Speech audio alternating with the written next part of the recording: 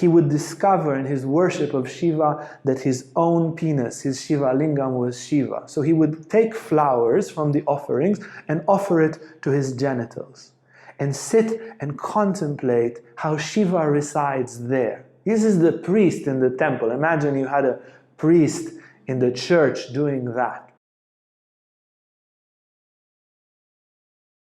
When we look really deep in the heart,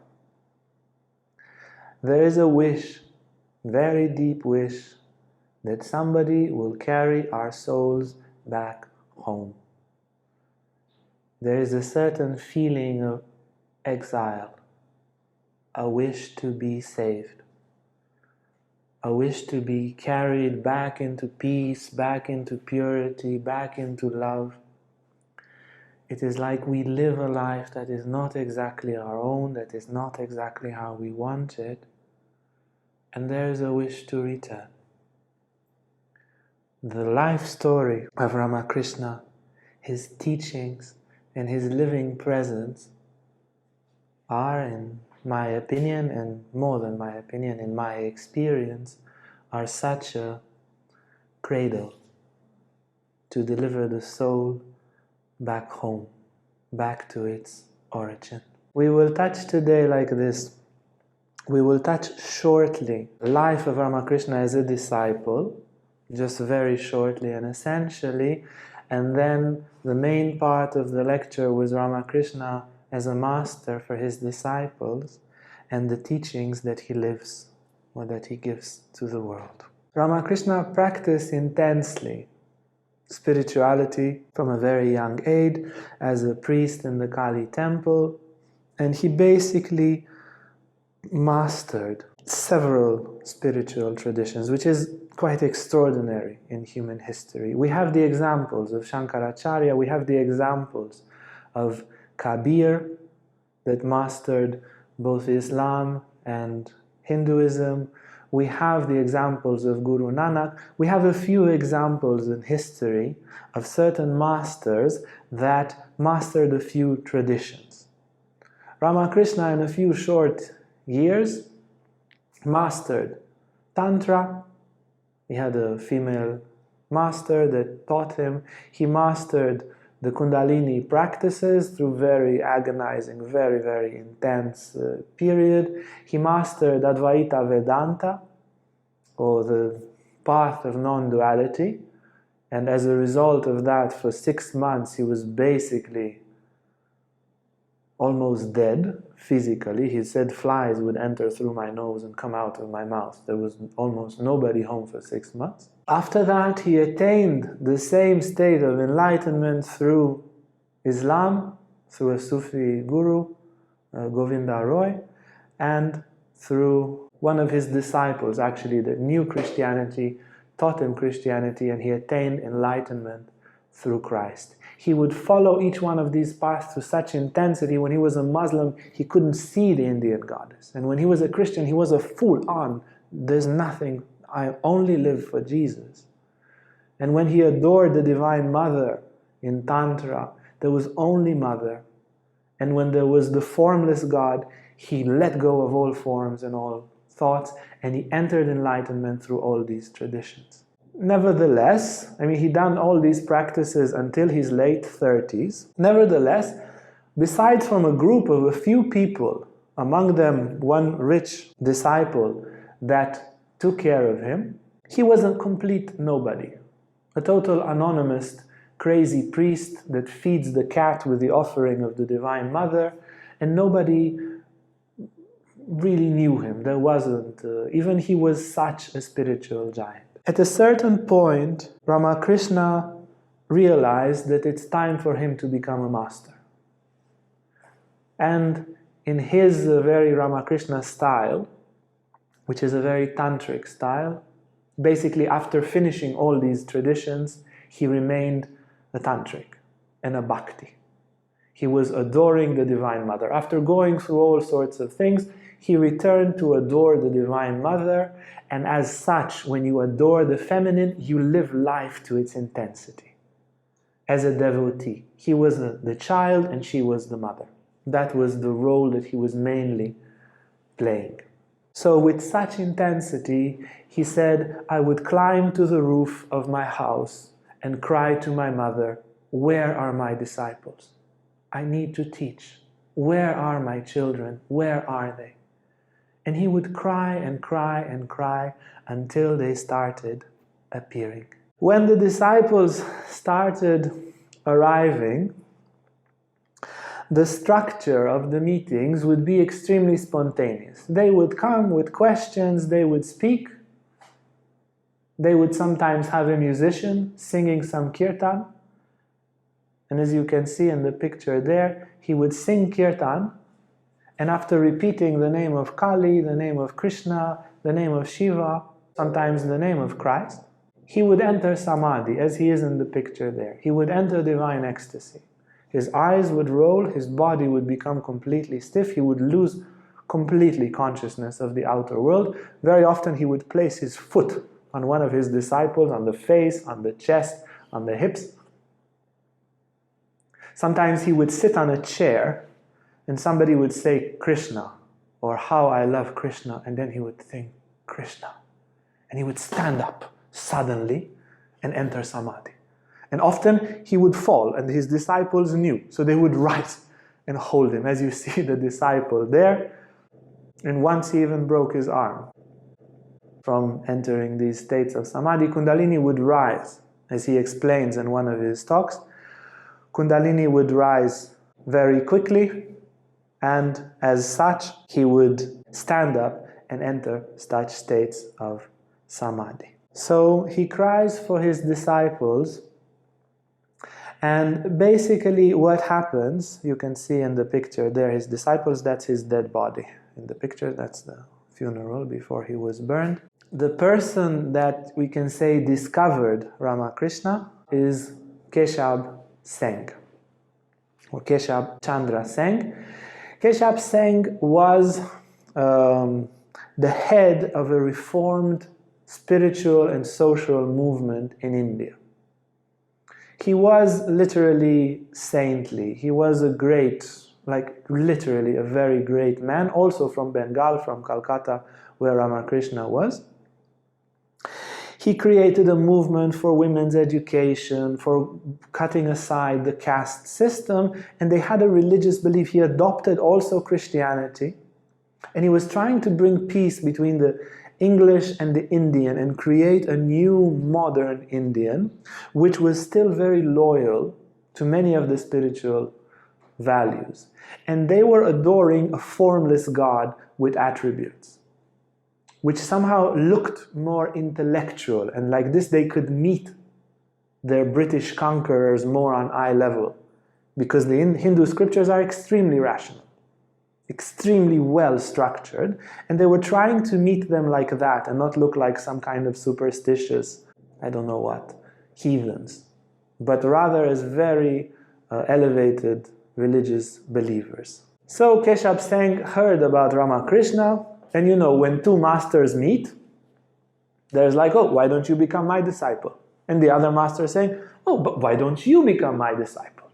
So we have on one side, yeah, this is the match, Keshub Sen, who has a huge amount of disciples, a huge amount of money. He met the Queen of England, yeah, which was at the time possibly the most influential person in the world, and money, resources, name, fame, worldwide, a newspaper, anything. And on the other side, we have a complete nobody, Ramakrishna, that feeds a cat, that until some years ago he would ride a dog. When he went through his spiritual madness, he would ride a dog and he would eat a little chapati and feed the dog and eat and cry for God, and be so happy there riding that dog. And being so immensely absorbed in spiritual practice. Just to give you a few more examples. He would discover in his worship of Shiva that his own penis, his Shiva lingam, was Shiva. So he would take flowers from the offerings and offer it to his genitals. And sit and contemplate how Shiva resides there. This is the priest in the temple. Imagine you had a priest in the church doing that. But nevertheless, he was not mad. in that sense of man. He was seeing a spiritual reality with all its intensity. He said, I would cry so much my shirt would get wet. So much I love God. There was nothing for him but God. So we have a divine madman on one side, and this great celebrated saint. They called him the avatar of our times, with a lot of followers. Who would follow who?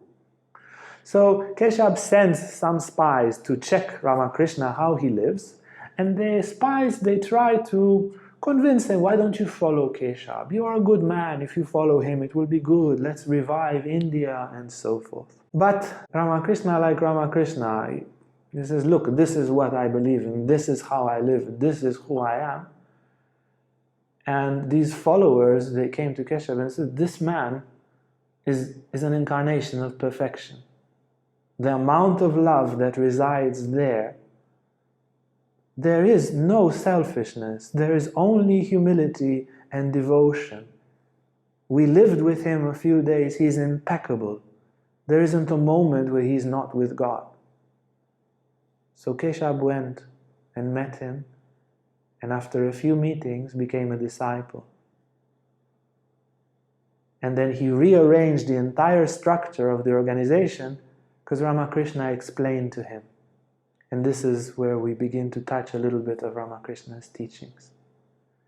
He asked Ramakrishna, does God have form or no form? And Ramakrishna says, God has no form and God has form.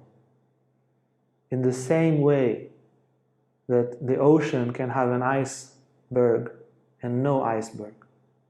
He says, the devotion of the bhakti, it makes God take form. Like the waters freeze, it cools down the ocean into an iceberg. So the devotee has a Krishna, has a Jesus, has a Kali,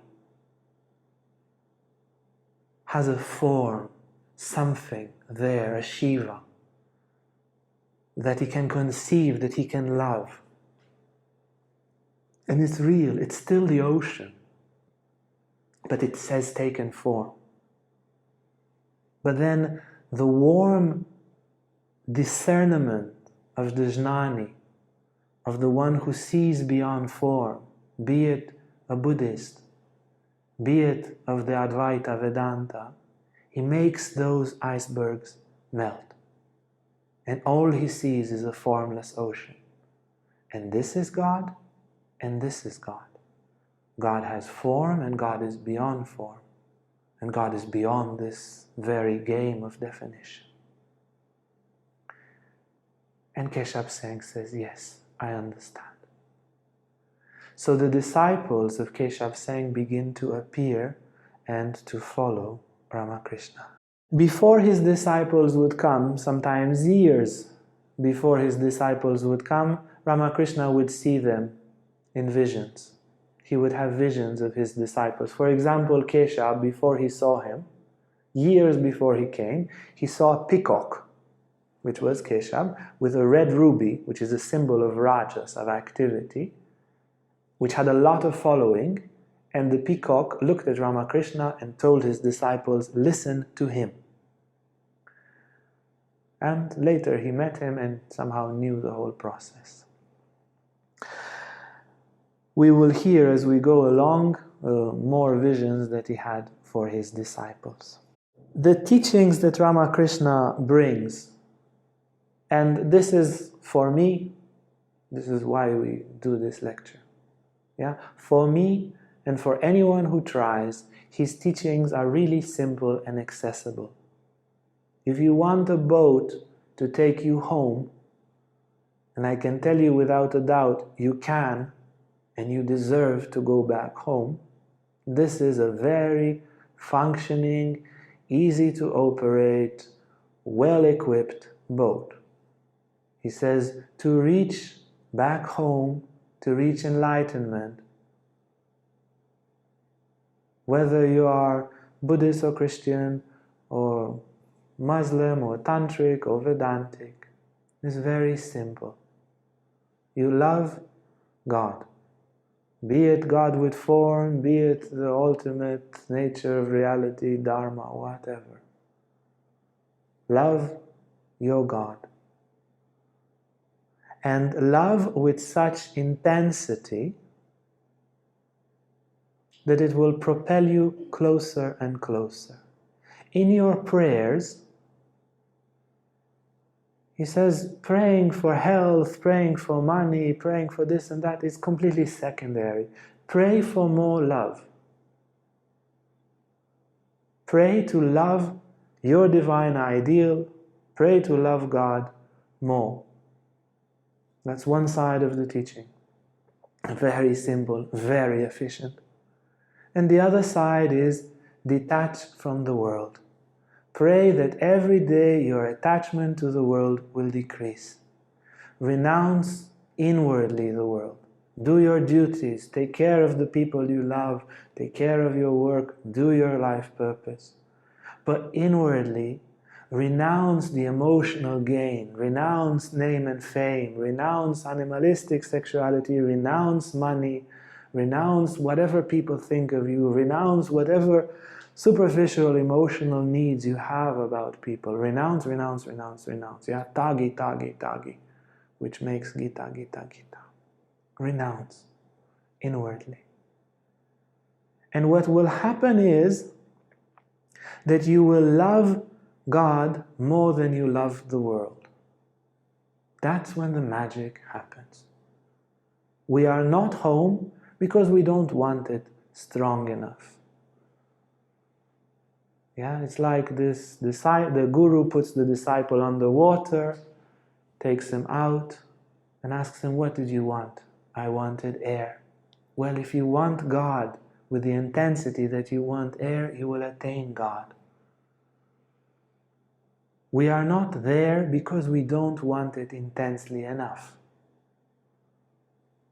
So pray to want it more intensely, to love God more intensely.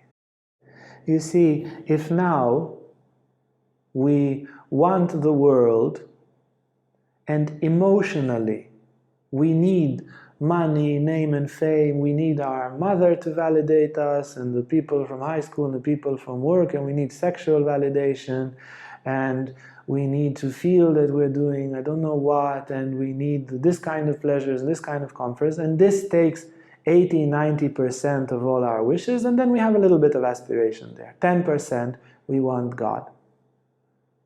He says it's not a problem. Take that 10% and do your spiritual practice to make it grow. How to make it grow? Love God more, 15%, and renounce the world. That goes down to 85%. And then love God more and renounce the world more. And love God more. And once you reach and you tipped 55% you love God, 45% you love the world, that's when the magic happens. God will appear to anyone, be it from a Buddhist, Christian, Muslim, Tantric perspective. God will appear to anyone that loves Him more than the world. There's just one reason of entanglement, is that we want that more than that. We want the lower more than the higher. And this doesn't mean that you starve yourself to death. Fine, the body needs some food and some medical care and it's fine, this will happen. But this is not what we occupy our minds with. Oh, what, I will starve to death? No, it's absolutely irrelevant. You will have your food, don't worry. How many people you know are starving from your circle? It's not going to be that. But our big emotional wishes to have society flatter us, give us pleasures, give us a bigger, all that, renounce that. Inwardly, you can still have it outwardly, but as a wish, want it only 5% and 95% want God. And you will see you're home again and again and again.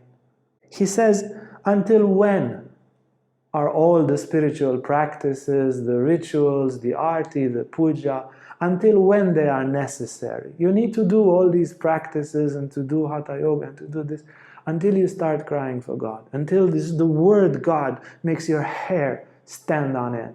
Once you are so enthusiastic and you cry with such devotion, you don't need other practices. And he says, and God will take care of all your needs then. He says it's like a pregnant woman. Ramakrishna gives this metaphor. When she's a little pregnant, she's still doing things, but when she's very pregnant, everything is taken care of for her. And after she's given birth, she doesn't need to get out of bed. Everything will be taken care of.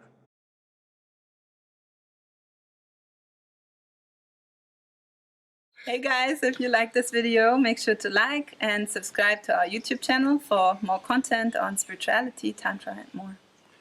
And if you want to sign up for our online classes or for our retreats, you can see our website on the description below.